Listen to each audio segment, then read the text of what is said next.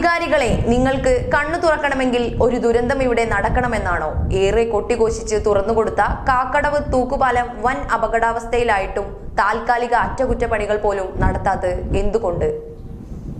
കാക്കടവ് നിവാസികൾക്ക് ആശുപത്രിയിലേക്കും റെയിൽവേ സ്റ്റേഷനിലേക്കും അടക്കം പോകുവാനുള്ളതും തിരിച്ച് പൂക്കയിൽ ഭാഗത്തുള്ള വിദ്യാർത്ഥികൾക്ക് കോട്ട് സ്കൂളും ജെഎം ഹൈസ്കൂളിലേക്കും പോകുവാനുള്ളതടക്കം വലിയൊരു യാത്രാ സംവിധാനമാണ് കാക്കടവ് തൂക്കുപാലം. 13 വർഷങ്ങൾക്ക് മുന്നേ പ്രദേശത്തുകാരുടെ ഏറെ മുറവിളിക്കൊടുവിലാണ് അന്നത്തെ തിരൂർ MLA ആയിരുന്ന സി മമ്മൂട്ടിയുടെ ശ്രമഫലമായി ഇവിടെ സുന്ദരമായ രൂപത്തിൽ ഒരു തൂക്കുപാലം വന്നത്. ഈ പാലം തകരാറായിട്ട് ഒരു 3-4 വർഷമായി. ഇതിന്റെ ഇവിടുത്തെ മുൻ കൗൺസിലർ അബോക്കറാക്കാനോടും അതേമാതിരി ഇവിടുത്തെ MLA കുർക്കോളി മൊയ്തീനോടൊക്കെ ഈ വിഷയം അവതരിപ്പിച്ചാണ്. ഇതുവരെ നടപടി ഉണ്ടായിട്ടില്ല. 6-5 വയസ്സായ കുട്ടികൾ സ്കൂൾക്ക് മറച്ചു പോകുന്ന ഒരു പാലാണ്. ഇത് തകരാറ് സംഭവിച്ചിട്ട് 3 വർഷത്തിന് മേലായി. ഇതുവരെ ഒരു നടപടി ഉണ്ടായിട്ടില്ല.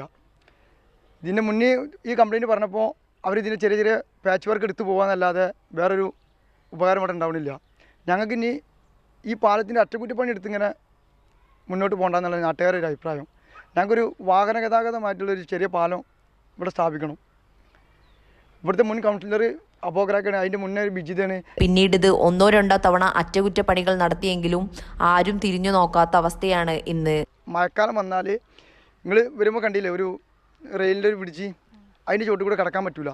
ആകെ ഒരു ആശ്രയം ഈ ദ്വീപിലുള്ള 10-60 വീട്ടുകാർക്ക് ആകെ ഒരു ആശ്രയമുള്ള ഈ പാലാണ്. ഈ പാലത്തിൻ്റെ അവസ്ഥ കണ്ടില്ല. ഇപ്പോൾ ദയനീയ അവസ്ഥയാണ് ഇവിടുത്തെ നാട്ടുകാരിത്. ഒരു വട്ടം ചെയ്തിട്ടുണ്ട്. അതിന് ഒരു വട്ടം ചെയ്ത ഒരു 1.5 കൊല്ലം 2 കൊല്ലം പാലം തകരാറാവും. അത് നമ്മൾ നിരന്തരം ഇവിടുത്തെ വാർഡ് കൗൺസിലറേയും അതേമാതിരി ഉത്തരവാദിത്തപ്പെട്ട ആൾക്കാരൊക്കെ കൊടുത്ത് കാണിച്ചു കൊടുത്താണ്. ഇതുവരെ നടപടി ഉണ്ടായിട്ടില്ല. അവർ ഇലക്ഷന് വോട്ട് വയ്ക്കാൻ വന്നപ്പോൾ നമ്മൾ അവരോട് പറഞ്ഞ് ഇതിൻ്റെ ഫണ്ട് പാസ്സായിക്കണേ. പക്ഷെ അത് ആ ഫണ്ട് എന്താണ് ഇവിടേക്ക് പാസ്സായ ഫണ്ട് സ്റ്റേഡിയത്തിലൊക്കെ എടുത്തിക്കണമെന്ന് പറഞ്ഞു. ചെറിയ